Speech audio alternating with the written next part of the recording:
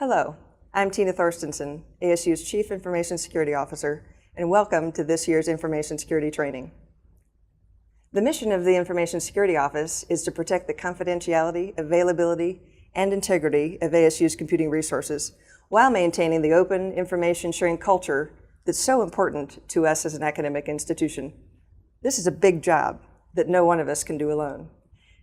This past year, ASU successfully prevented over 48 million password attack attempts. While the Information Security Office works with ASU departments and strives to provide the tools, technology, and policies required to protect university resources, overall, you as an ASU faculty or staff member are responsible for protecting and securing university assets and data resources that are under your control. During this training, you'll be briefed on current information security threats and learn how ASU is enhancing processes and technologies to better protect our community. You can view the list of resources mentioned in this briefing by going to getprotected.asu.edu and selecting training. We appreciate you taking this time to familiarize yourself with the current ways in which information at the university can be at risk and how best to protect yourself and university resources. The first step to understanding how to protect university assets and data is to familiarize yourself with the appropriate policies, starting with ASU's privacy policy and ACD 125. ASU's privacy policy is available in the footer of every ASU webpage. The policy describes the data we collect and how we use it to provide services consistent with ASU's charter and mission. ASU's acceptable use policy, ACD 125, goes into more detail. This computer, internet, and electronic communications information management policy defines the boundaries of acceptable use of ASU computing and communication resources. ACD 125 and communications requirements, including you must comply with all applicable local, state, and federal laws and regulations, and with ASU and ABOR policies. 2. If you become aware of a security concern, you must notify the Information Security Office of the concern. It also defines prohibited uses of ASU computing and communication resources, including revealing passwords or letting others access passwords that aren't theirs. ACD 125 also outlines restrictions and responsibilities for communicating information electronically, including on ASU computers or web pages. Following ACD 125 helps you to get your work done safely, efficiently, and in compliance with the legal requirements and policies. We ask that you take a moment to pause and read ACD 125. We thank you for continuing to keep our community safe. ASU employees handle all kinds of sensitive data on a daily basis. This includes personally identifying information such as financial, health, and academic information, cardholder data related to payment transactions, intellectual property, human subjects research, and even information related to national security. Consider what happens when a thief breaks in and steals a laptop from a university office. Maybe the laptop wasn't encrypted. It hadn't been backed up. Now, what if that laptop contains students' personal information? If a theft like this is discovered, the university staff may be forced to use outdated backups to identify and notify the students. Their identities might now be stolen. Incidents like this happen even in the most vigilant universities. This is why ASU has data handling standards, and it is important that we all need to follow them. These standards tell us how to access, use, store, and transmit sensitive information, and even how and when to destroy it once it is no longer needed. You can read the standard online at getprotected.asu.edu. Two major requirements apply to nearly all types of sensitive information.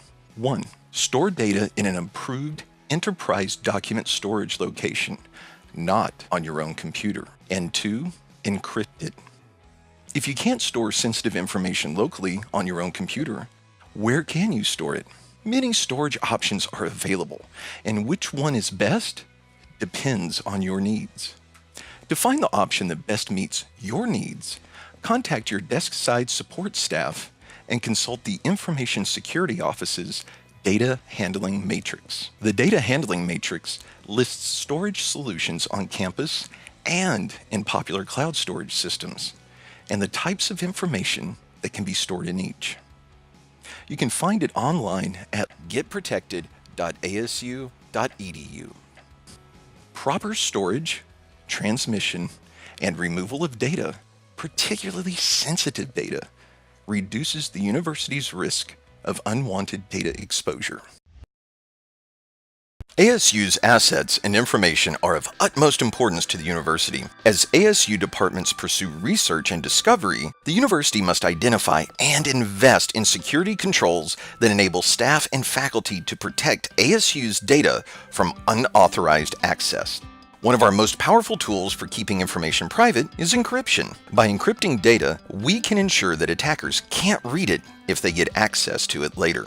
The first rule of encryption is, if it moves, encrypt it. When information is sent from one point to another, we call it data in transit. Hackers and thieves have ways of eavesdropping on networks. Encrypting data in transit helps keep them from listening in.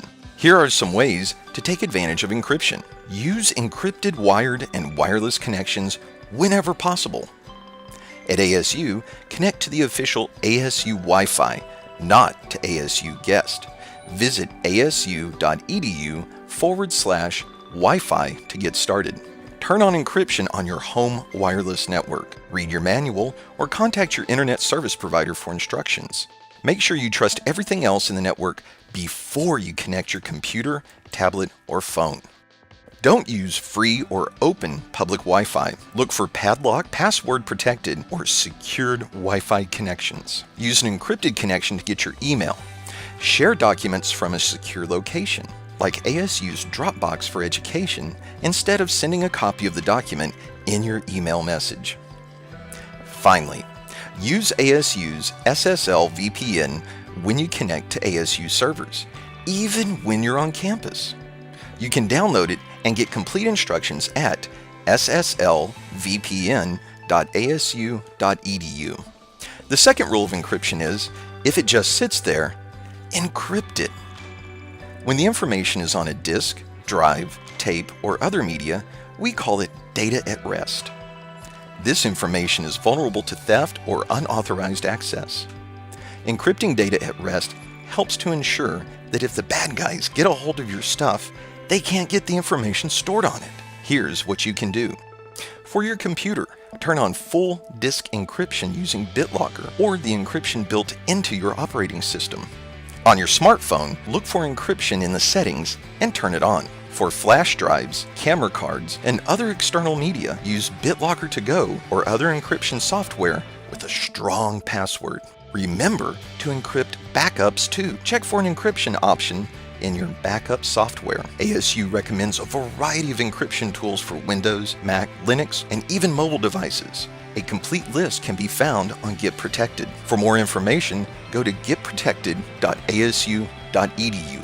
Find services in the menu option, then find Data Encryption.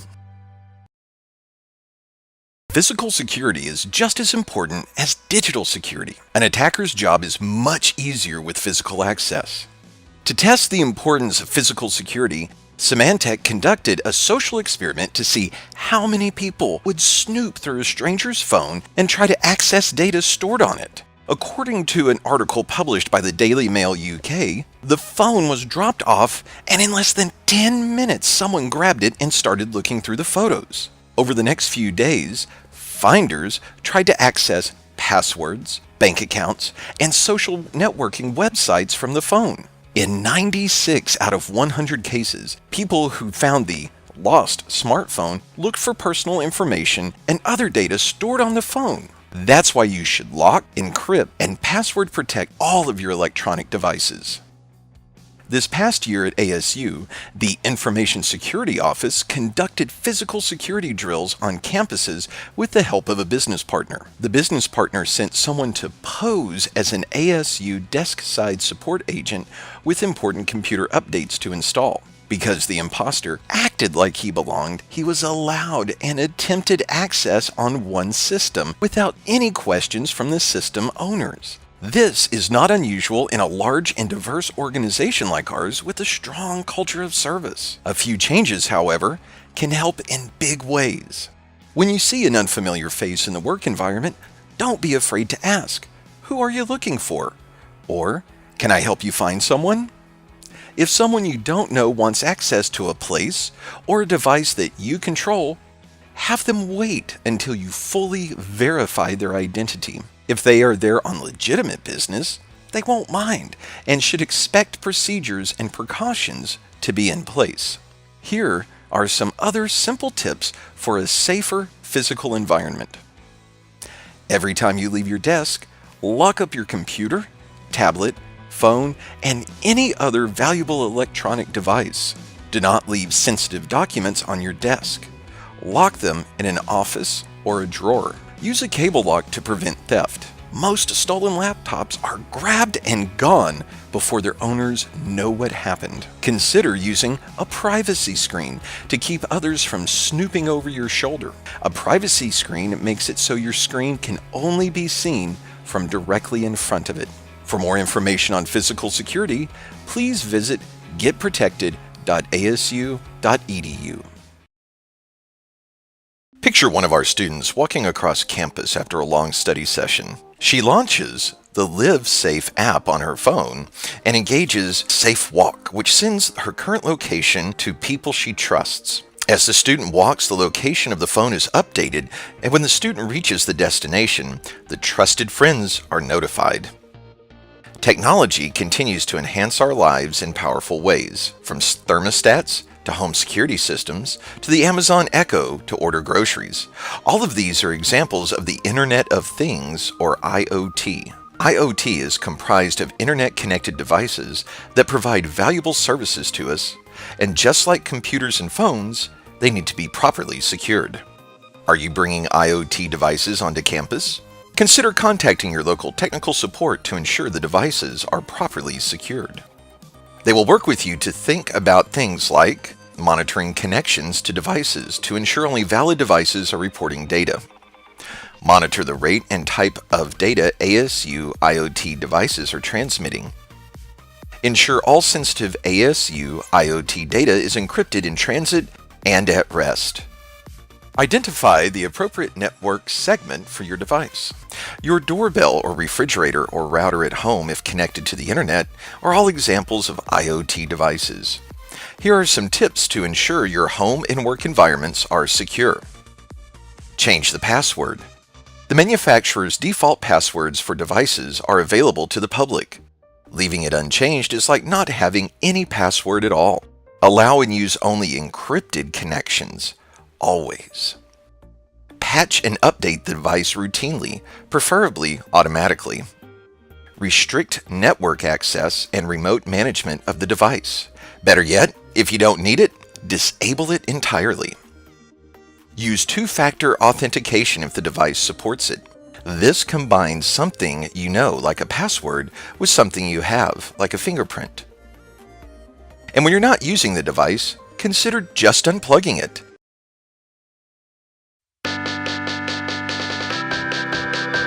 Usernames and passwords are the keys to your information and the critical information you maintain.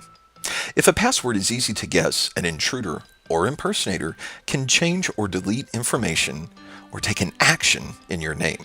They can redirect bank routing info, steal your identity, and invade your privacy. We can't say it enough. Use strong passwords. Here are a few easy tips to create stronger passwords and keep them and you better protected. 1. Don't share your passwords with others. This is important because ASU policy makes you responsible for what someone else does while logged in as you. 2. Instead of a password, use a passphrase that cannot be easily guessed by someone who knows your password or phrase based on your interest, family names, pet names, etc. For example, consider a favorite song, movie quote, or phrase that is meaningful to you. Consider abbreviating, misspelling, or replacing some letters with numbers or symbols that make it even harder to guess. 3. Don't overshare personal information online, such as your birth year, the high school you attended, and other facts that are commonly used in website security questions. 4. Use different passwords for different sites, just like you have different locks for your house, car, and office. That way, if one password is compromised, that information can't be used to access accounts on another site. Use two-factor authentication when it is an option. This makes it harder to impersonate you because knowing your password is not enough. The attacker would also need to have something like your computer or phone. ASU uses Duo. Learn how to use it at getprotected.asu.edu. Pay attention to login alerts that may come by text or email, warning you about logins to your services from a different computer. If you don't recognize the computer they mention, you may need to take action to secure your account. 7. Don't keep your passwords on written notes or in a file on your computer. You wouldn't leave your car keys next to your car in the parking lot. It's the same thing. ASU offers a useful system called LastPass to help you manage your passwords. If your password does get stolen or you believe you're a victim of fraud or identity theft, ASU provides a service to answer your questions and to help you recover. Call All Clear ID at 855-434-8077 and provide the code ASU458 for assistance at no charge to you. For more information, please visit our Get Protected site. Amanda works for a large pharmaceutical company and knows about cybersecurity.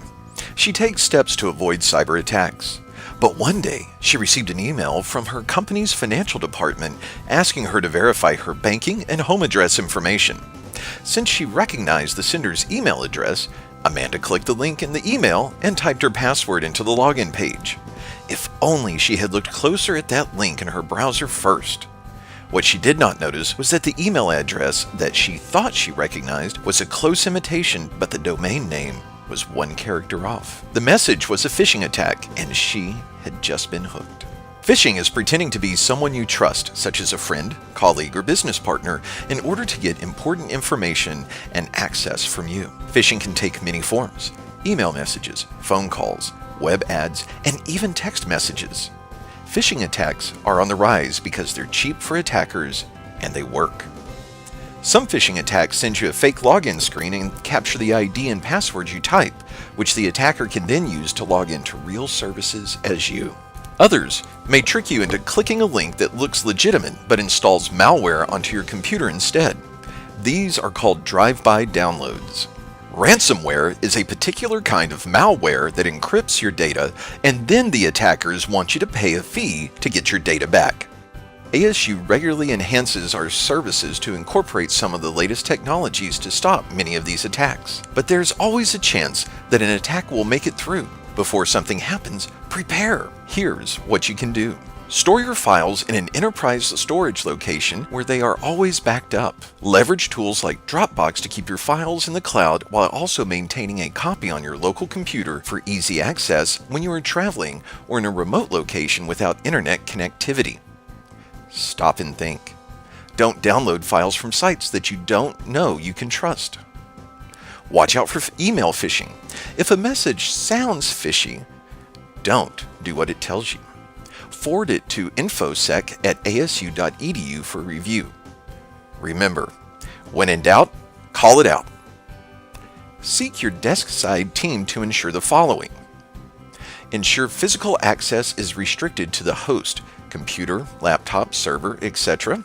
Configure your operating system with secure configuration enabled. Utilize computer managed software such as SCCM or JAMF. Ensure software patches are installed and maintained for known operating system vulnerabilities. Install antivirus software and configure it for regular updates. Ensure your local firewall is installed and configured. We should all log into our computers with basic access so we are notified on our screen when software is being installed. Installing new software happens fairly infrequently, and there is no reason to leave our systems open to malicious attempts to install software.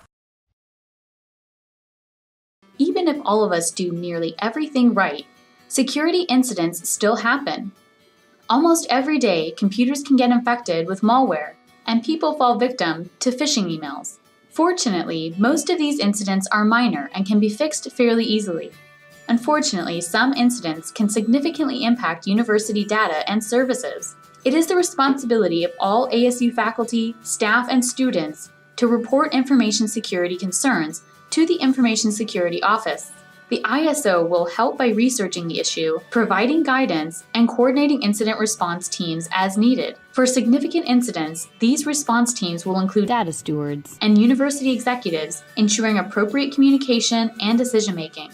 Let's briefly review the steps in the information security response process. Report the problem. If you suspect a problem, report it to the ASU Help Center at 855-278-5080. The Information Security Office will help to evaluate the situation. Assessment and clarification.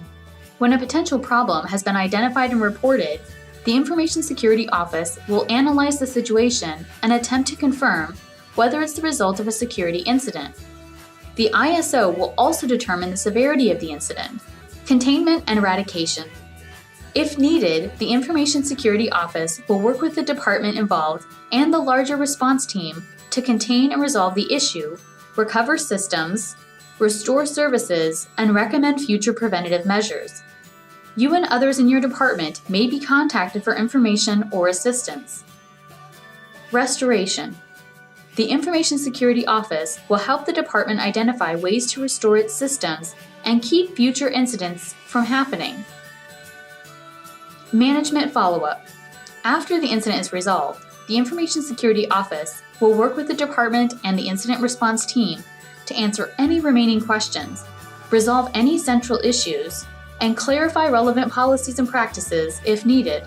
ASU complies with federal and state requirements to notify individuals if their personal and/or private information has been compromised. It's important to note that the department responsible for an affected system or service is also responsible for the cost and remediation should an incident occur. For more information on ASU's Information Security Incident Response Process, please visit Get Protected.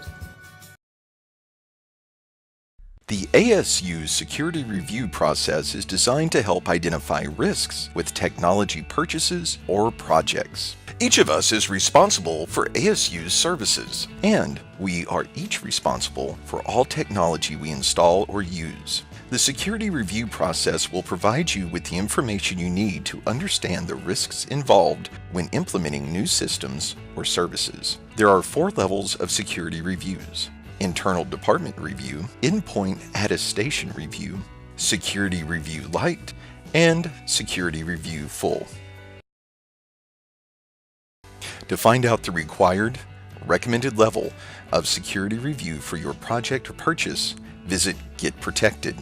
This form will also provide you with links to the forms that are needed to start the review. The security review will provide the college or the departmental unit a summary of the identified risks. The dean or department lead will be made aware of any identified risks, and it is their decision to accept the risks and proceed or pursue a different option. Starting the security review process early will help keep ASU information secure and keep your project or purchase on track. Visit Get Protected for more information on the process and to get started. Best practices in information security are critical to protect ASU's students, faculty, and staff, research, and brand. With current technology trends, more and more services are being provided by third parties in cloud or managed service models. When ASU enters into contracts with vendors who will have access to our data or systems, it is critical that these vendors have data security practices in place that ensure our data is protected. To provide these assurances, ASU has standard information security contract language that must be included in any agreement.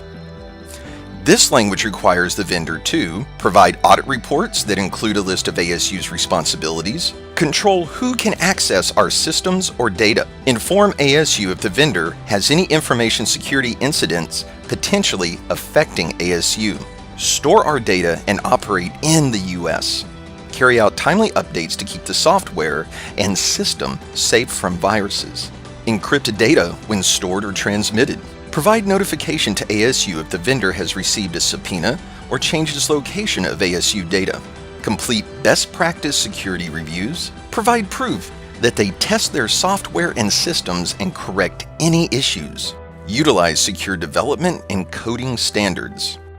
This contract language allows ASU to request audible proof that our vendors are in compliance with our standard policies and also clarifies the ASU team ultimately responsible for the service. If a vendor cannot comply with ASU requirements, the project team will work with our dean or department head as well as ASU's Chief Information Security Officer to assess the risk and make recommendations for compensating controls or alternate solutions. The dean or department head can then determine the best course of action for the university. For more information, please visit getprotected.asu.edu. This concludes this year's information security training. You should now have a clear understanding of how you can help improve ASU's overall information security posture. At this point, take your time to review the study guide or proceed directly to the quiz. It only takes a few minutes and you can retake it as needed until you receive a passing grade. We appreciate you taking the time to keep our community safe.